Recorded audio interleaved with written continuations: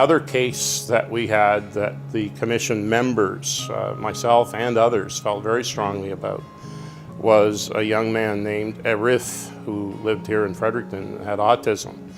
And he went through a number of service providers here in New Brunswick, and they didn't handle him very successfully. Things did not go well. I won't get into the specifics of the case.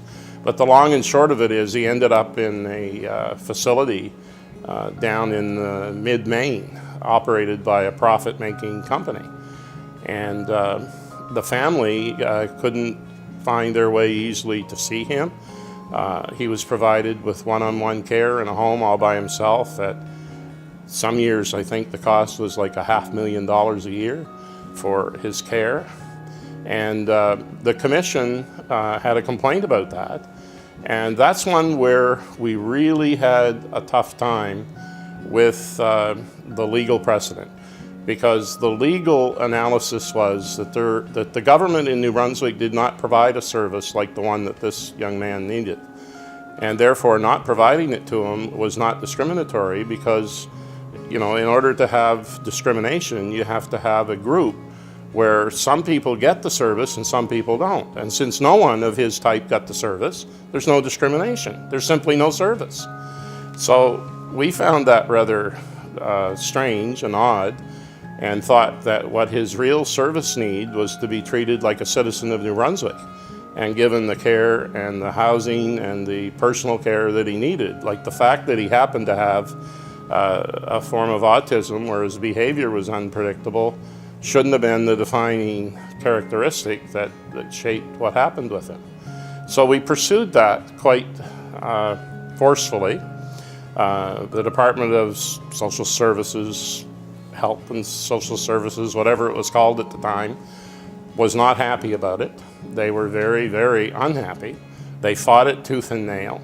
Every step they took to appeals courts, and frankly, we didn't win. But the commission members, and this is where the sense of fair play of the citizens who made up the commission was that this isn't right. It isn't right that a New Brunswick young man who needs support should be forced to leave his country. And this was at the time when they had, you know, the border was becoming thicker, when the Iraq War was on, when George W. Bush was not very popular in Canada. And we were forcing this young man go to another country in order to get service. And, you know, you could almost see it like incarceration. Like, you know, he didn't have much freedom. He wasn't really prison, but it wasn't really that different either. So the members just felt that wasn't right and it wasn't fair. And we had advice saying, well, it would be difficult to make an argument because you don't have any comparative case where you can argue that some people are getting this service and some other people in the same class are not. And we said, well, we don't buy that, we want to pursue it anyway. And you know, subsequent to that, the Moore education decision in BC, decided by the Supreme Court just a couple of years ago, set new ground that was consistent with the commission members' approach. Because this young man had been referred to a specialized learning disability service, and the school district closed the service down before he got into it. So the family put him in a program that they paid for, a private service, and then after the fact they sued and wanted the payment for that. Well, it took almost 15 years for this to get to the Supreme Court. And when it finally got there, the Supreme Court said that comparing him, like the district had the same argument as the New Brunswick government did. We don't provide this service, so we're not discriminating if we don't give it to him. And the Supreme Court of Canada said, no, no, no, no, no. The comparative group for this young man, Jeffrey Moore, is the students of the public education system of British Columbia.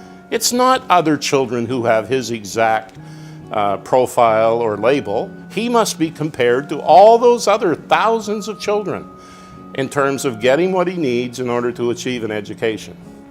And that decision, as I understand it, I'm not a lawyer, but as I understand it, that was the first decision that countered this belonging to a class, because over and over in the Human Rights Commission, I heard over and over, what's the class of people? Like, who's the comparative group that you're going to say that he's discriminated against and somebody else isn't? And that whole argument was overturned by the Moore decision. So it's kind of nice to know that these ordinary citizens, members of the commission in New Brunswick, were on the right track. That we lost our case, but like, I don't know, 10 years later, the Moore education decision in British Columbia made that argument that the comparative group is the citizens, the students in this case, of British Columbia. It's not the people who are exactly like this child.